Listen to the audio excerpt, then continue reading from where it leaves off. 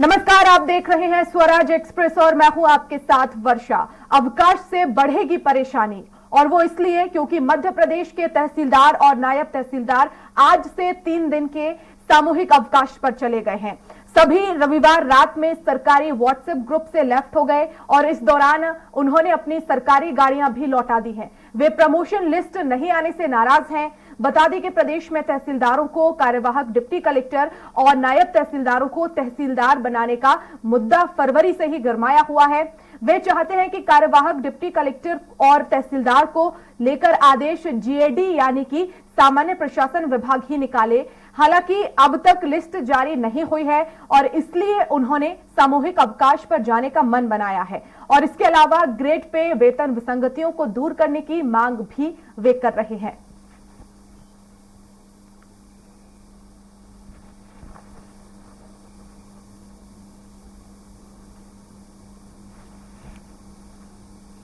और जबलपुर में भी नायब तहसीलदार और तहसीलदार सामूहिक अवकाश पर हैं। 20 से 22 मार्च तक आपको बता दें सामूहिक अवकाश पर रहेंगे। पदोन्नति, वेतनमान में वृद्धि जैसी मांगों को लेकर आंदोलन कर रहे हैं और इसी कड़ी में कलेक्टर कार्यालय परिसर में जोरदार प्रदर्शन और नारेबाजी की। सरकारी वाहन डोंगल आईडी शासन को वापस सौंप दी है और तहसीलदारों के सामूहिक अवकाश से सरकारी योजनाओं, चुनाव की तैयारियों पर असर पड़ रहा है।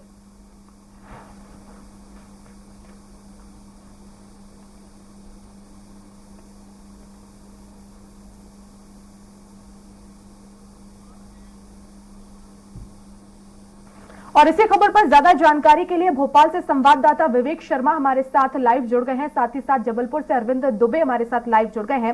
विवेक, आप ही के पास आना चाहूंगी। तहसीलदार और नायब तहसीलदार जो है वो हड़ताल पर हैं, कितना असर राजधानी में देखा जा रहा है?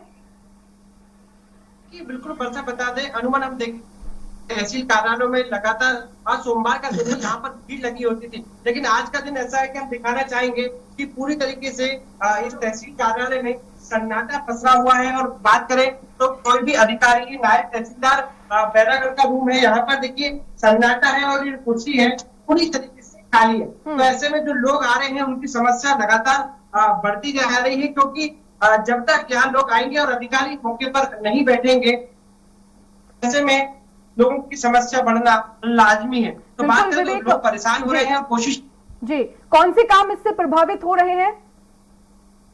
देखिए बिल्कुल बता दें कि जो जिस तरीके से नामांकन को लेकर हम बात करें, इस समय ओलावृष्टि हुई है तो क्षेत्रों में हम बात करें तो अलग अलग क्षेत्रों में ओलावृष्टि के जो सर्वे किया रहा था वो भी पूरी तरीके से प्रभावित है। और जो किसान जो है तहसील कार्यालय पहुंचते थे और वो भी आज अधिकारी नहीं होने के चलते काम प्रभावित हो रहा है। बात करेंगे तहसील कार्यालय बैरागढ़ तहसील कार्यालय भी पूरे तरीके से आज खाली है। अनुमान हम देखते थे कि यहाँ पर बड़ी भीड़ दिखाई देती थी और लोग अपने काम कराने के लिए आते थे, लेकिन अब इक्का दुक्का लोग यहाँ पर पहुंचे हैं। और इस काम क्या है, इसकी जानकारी आएगा। क्या तहसीलदार अभी मौके पर नहीं है? दिक्कत आ रही है कुछ? तब देखिए ये दिक्कत तो आएंगी लोगों को जब तक इनकी मांगे पूरी नहीं की जाएगी, जब तक इनकी समस्याएं जो है नहीं सुनी जाएंगी और जब तक अधिकारी अब 3 दिन के लिए सामूहिक अवकाश पर है। बात करें तो ऐसे में लोगों की समस्या लगातार बढ़ती जा रही है। सरकार के सामने भी समस्या है। देखिए कि ये पूरी कुर्सियां जो है वो खाली है और खाली में ऐसे में काम कैसे होगा? किसान जो है परेशान, एक तरफ ओलावृष्टि से परेशान, वही दूसरी जब अधिकारी अपनी कुर्सी पर नहीं बैठेंगे तो ऐसे में लाजमी है कि लोग परेशान होते नजर आएंगे। बिल्कुल बने रहिएगा। सबसे बड़ी बात है कि अभी तक कुछ देर पहले बिल्कुल बने रहिएगा, लौटूंगी आपके पास। जी, जबलपुर से हमारे संवाददाता अरविंद हमारे साथ लगातार बने हुए हैं। अरविंद, जबलपुर में भी सामूहिक अवकाश पर है तहसीलदार, नायब तहसीलदार, और सबसे खास बात यह कि हम देख रहे हैं इस वक्त मध्य प्रदेश में जो है ओलावृष्टि हो रही है, किसानों के जो कार्य है वो यहाँ पर प्रभावित हो रहे हैं। जब बिल्कुल न केवल किसानों के काम प्रभावित हो रहे थे, बल्कि प्रदेश सरकार की जितनी भी योजनाएं लागू होती है उनको लागू करने का पूरा जिम्मा नायब तहसीलदार और तहसीलदारों के कंधे पर होता है और वे ही इन योजनाओं को लागू करते हैं। और उसके साथ ही जब योजनाएं लागू हो जाती है उसका तो लाभ पात्र हितग्राहियों तक पहुंचाने का काम होता है।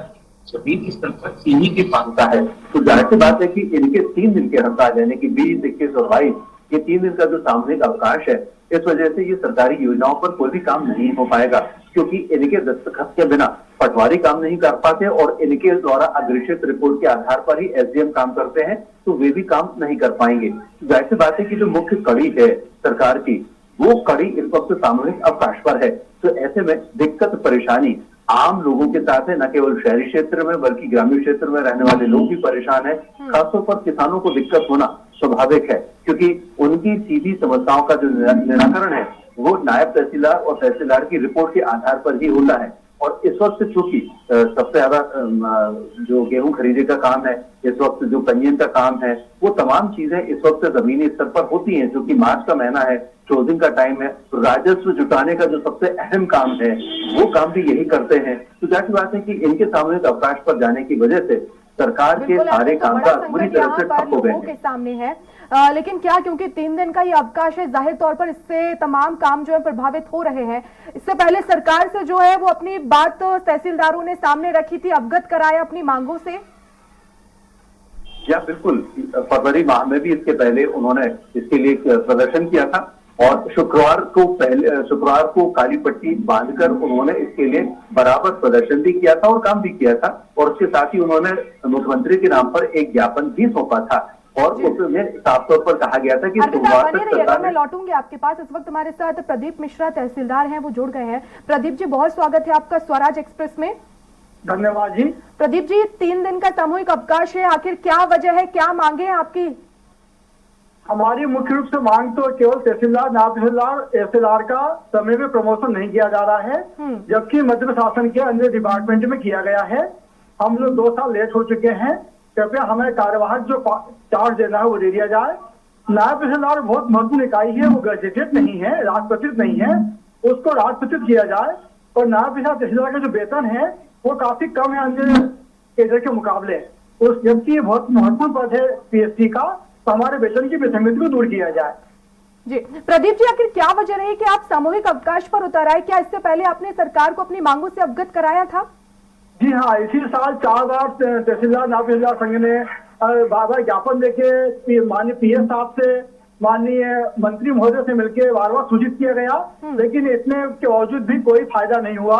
ये इस साल का 5वां आंदोलन है 1 साल में, और अब की बार हम लोगों ने विनम्रता पूर्वक दुखी मन से अवकाश का निर्णय किया है। जी प्रदीप जी, 3 दिन का ये अवकाश है और ऐसे में आम लोगों की जो है समस्याएं बढ़ रही हैं, इससे आप भी जो है अवगत होंगे। अगर 3 दिन में मांगे पूरी नहीं होती, उसके बाद क्या अगला कदम आपका?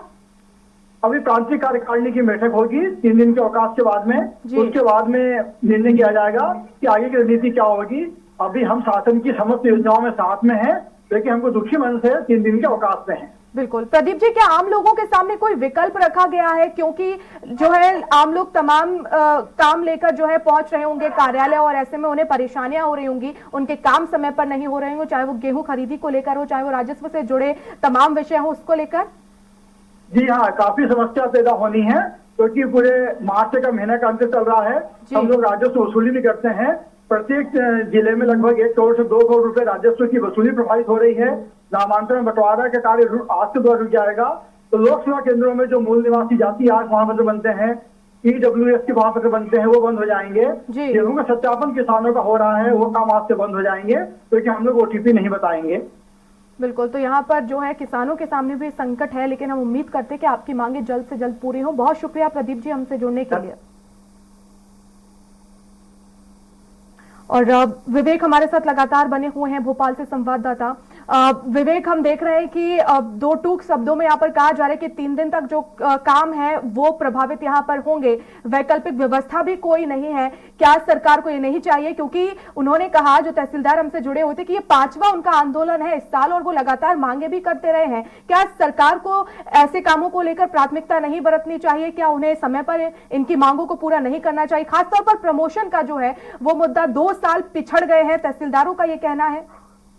देखिए, निश्चित तौर पर लगातार 5वीं बार ये हड़ताल की बात करें, सामूहिक अवकाश कर गए हैं। और ऐसे में हम बात करें तो अभी जो तत्कालिक खबर आ रही है कि प्रमुख सचिव ने मंत्रालय में जो तहसीलदार है गुलाब सिंह बघेल, जो पूरे संघ के अध्यक्ष है, उन्हें मंत्रालय बुलाया है। और बुलाने के बाद क्या रणनीति और क्या चर्चा होती है इनसे, वो कुछ देर बाद हो सकता है कि उनकी जो मांगे हैं उनको जल्द से जल्द मांग लिया जाए, क्योंकि ऐसे समय में चुनावी समय है और ऐसे में ऐसे सरकारी दफ्तर में जो सबसे महत्वपूर्ण दफ्तर माने जाते हैं, कलेक्ट्रेट तहसील कार्यालय सबसे महत्वपूर्ण होते हैं। तो ऐसे समय में जो हड़ताल पर जाना मतलब स्वाभाविक सी बात है कि जो किसान है, जो गांव से जुड़ा हुआ व्यक्ति है, वो जब तहसील कार्यालय पहुंचता है, जब पता चलता है कि अवकाश पर है, अधिकारी मौके पर नहीं है, जब उनके काम रुक रहे हैं, तो कहीं ना कहीं आम लोगों को सबसे ज्यादा परेशानी का सामना करना पड़ रहा है। तो ऐसे में जल्द से जल्द अब एक बैठक बुलाई गई है मंत्रालय में, और मंत्रालय में चर्चा के बाद देखने वाली बात होगी क्या निष्कर्ष निकलता है और क्या इनकी मांगे पूरी की जाती है, क्योंकि अभी 3 दिन की बात कही जा रही, तो आज 20, 21, 22, 23 तक इनका जो असामयिक अवकाश है ये रहने वाला है। तो ऐसे में जितने भी काम है पूरी तरीके से प्रभावित होते जा रहे हैं। बिल्कुल विवेक, बने रहिएगा। इस पर हम राजनीतिक प्रतिक्रिया भी लेंगे। बीजेपी प्रवक्ता नेहा बग्गा जी हमारे साथ जुड़ गए हैं और कांग्रेस प्रवक्ता संगीता शर्मा जी भी हमारे साथ जुड़ गए हैं। आप दोनों का ही बहुत बहुत स्वागत है। सवाल मेरा नेहा जी आपसे है, 3 दिन का सामूहिक अवकाश है और तहसीलदार से हमारी बातचीत भी हुई, उन्होंने कहा कि ये 5वीं बार इस तरह से जो है हमने सरकार के सामने मांग रखी है, 5 बार हो चुका है, लेकिन मांगे अभी तक नहीं मानी गई हैं। तमाम काम जो है वो प्रभावित हो रहे हैं, आम लोग परेशान नहीं हो रहे हैं। क्या आपको नहीं लगता कि समय पर इनकी मांगों को पूरा करना चाहिए? नेहा जी। निश्चित तौर पर जो मांगे आई हैं वो सरकार के समक्ष बैठ कर चर्चा करेंगे तो उस पर कोई समाधान निकल कर आएगा। मुझे लगता है कि इस तरीके से हड़ताल पर जाकर चीजों को प्रभावित करना और लोगों को परेशानी का सामना करवाना ये ठीक निर्णय नहीं है। और जब सरकार आपके समक्ष है, आपकी बातें सुनने को तैयार है, तो प्रॉपर प्लेटफॉर्म का जो है उपयोग करना चाहिए और उसी के तहत चर्चा को आगे बढ़ाना चाहिए। और आपने हमेशा देखा है, चाहे कोविड काल हो चाहे कोविड के बाद हो, जब भी कहीं से कोई मांग निकल कर आई है तो सरकार ने उसको प्राथमिकता से सुना भी है और सुनने के बाद उसका समाधान भी निकालने का काम किया है। जी बिल्कुल। संगीता जी, 3 दिन के सामूहिक अवकाश पर हैं तहसीलदार, नायब तहसीलदार, लेकिन अब आम लोगों के सामने जो है वो संकट है। हालांकि 5 बार जो है वो मांगे मांगे सरकार के सामने रखी भी गई हैं, लेकिन उसके बाद भी जो है वो मांगे मानी नहीं गई हैं। कैसे देखते हैं आप? देखिए, होता क्या है कि जब सरकार से मांग करते हैं, उनसे जाकर मिलते हैं, उनके समक्ष सारी मांगे रखते हैं और जब सरकार चुंब करने नींद में सो जाती है, उनकी सुनती नहीं है, तब ये स्थिति आती है कि उन्हें धरना प्रदर्शन करना पड़ता है, बंद का आह्वान करना पड़ता है और अपनी मांगों के लिए सड़कों पर उतरना पड़ता है। और सरकार का रवैया आप देखिए कि 18 सालों की सरकार है। इस सरकार के अंदर कोई भी वर्ग हो, चाहे कर्मचारी वर्ग हो, चाहे संविदा शिक्षक वर्ग हो, चाहे युवा हो, हर विभाग के लोग परेशान हैं अपनी मांगों को लेकर, परंतु सरकार उनकी सुन नहीं रही है। और जब भी ऐसी स्थिति बनती है, जब सभी वर्ग के लोग आकर और सभी डिपार्टमेंट के लोग आकर जब ये विरोध प्रदर्शन करते हैं और सरकार सुनती नहीं है, तो उसी साल सरकार का जाना तय होता है। तो 2023 भी अब यही रास्ता दिखा रहा है कि मध्य प्रदेश की भाजपा सरकार से जनता उब गई है और जनता भी चाहती है कि अब इनको बदलना चाहिए, नई सरकार आना चाहिए और कमलनाथ जी जैसे मुख्यमंत्री बनना चाहिए, क्योंकि उन्होंने 15 महीने में करके दिखाया जो भाजपा की सरकार 18 सालों में करके नहीं दिखा पाई। तो अब जनता का मन बन चुका है और मैं क्षेत्र में जा रही हूँ, पब्लिक से मिल रही हूँ, मुझे बहुत अच्छे रिजल्ट मिल रहे हैं। सभी लोगों का यही कहना है कि बहुत ऊब चुके हैं। शिवराज सिंह चौहान जी से बार बार मुख्यमंत्री बन जाते हैं परंतु झूठी घोषणाएं करते हैं। तो अब ये जनता के बीच में बात चल चुकी है कि किसी भी वर्ग की सुन नहीं रहे हैं। कमलनाथ जी की सरकार आते ही मध्य प्रदेश में बदलाव देखने को मिलेगा। जी, आपने सुना संगीता जी को, 2023 में आखिर अब कांग्रेस की सरकार आने वाली है क्योंकि यहाँ की जनता उब चुकी है, मांगे पूरी नहीं होती, 18 साल का कार्यकाल हो चुका है। अब ऐसे में क्या आपको नहीं लगता, क्योंकि चुनाव स्तर पर है और कर्मचारियों की भी जो मांगे हैं वो भी मान लेनी चाहिए जल्द से जल्द? देखिए, इन्हीं अधिकारी कर्मचारियों को खुले मन से अपमानित करने का काम कमलनाथ जी ने कई बार किया है, सरकार में रहते हुए भी और विपक्ष में रहते हुए भी। और उससे पूर्व में भी कांग्रेस का यही इतिहास रहा है। दिग्विजय सिंह जी का शासन आपको याद होगा। ये अधिकारी कर्मचारी केवल अधिकारी कर्मचारी नहीं है, मध्य प्रदेश के वोटर्स भी हैं और इन्होंने हमेशा कांग्रेस पार्टी को नकारने का काम किया है। उसका मुख्य कारण है कि कांग्रेस पार्टी ने जिस प्रकार के छलावे किए हैं, जिस तरीके से मैनिफेस्टो में झूठ बोले हैं, आज तक के इतिहास में नहीं हुआ था कि महिला शिक्षक जो है अपना सिर मुंडवा ले, क्योंकि कांग्रेस पार्टी ने ठगने का काम किया था।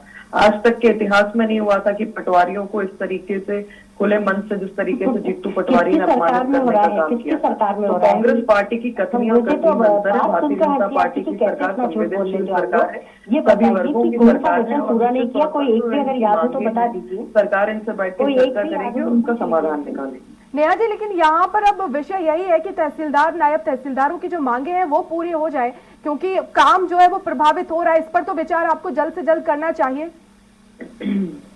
मैंने आपसे कहा ना, निश्चित तौर पर जब वो आकर बैठेंगे, बातचीत होगी, तो उस पर से निष्कर्ष भी निकलेगा और समाधान भी होगा। नेहा जी, मगर पांचवी कांग्रेस बार पार्टी ये जो अगर है सोचती सामूहिक है कि अवकाश हो रहा है रोटियां इस सेक साल लेगी, में, तो मुझे नहीं लगता कि इसमें किसी प्रकार का कोई समाधान निकलेगा। चलिए, शुक्रिया और जी जी जी। और कांग्रेस पार्टी इस पे ज्यादा रोटियां सेक भी नहीं पाएगी, क्योंकि ये बहुत स्पष्ट हो चुका है कि जिस तरीके से कांग्रेस ने छलावा करने का काम किया है, अब उसका अंत हो चुका है। चलिए, ठीक है। बहुत शुक्रिया नेहा जी हमसे जुड़ने के लिए, समय देने के लिए। और संगीता जी, आपका भी बहुत शुक्रिया समय देने के लिए। और विवेक, आपका भी बहुत शुक्रिया। अरविंद, आपका भी बहुत शुक्रिया तमाम जानकारी के लिए।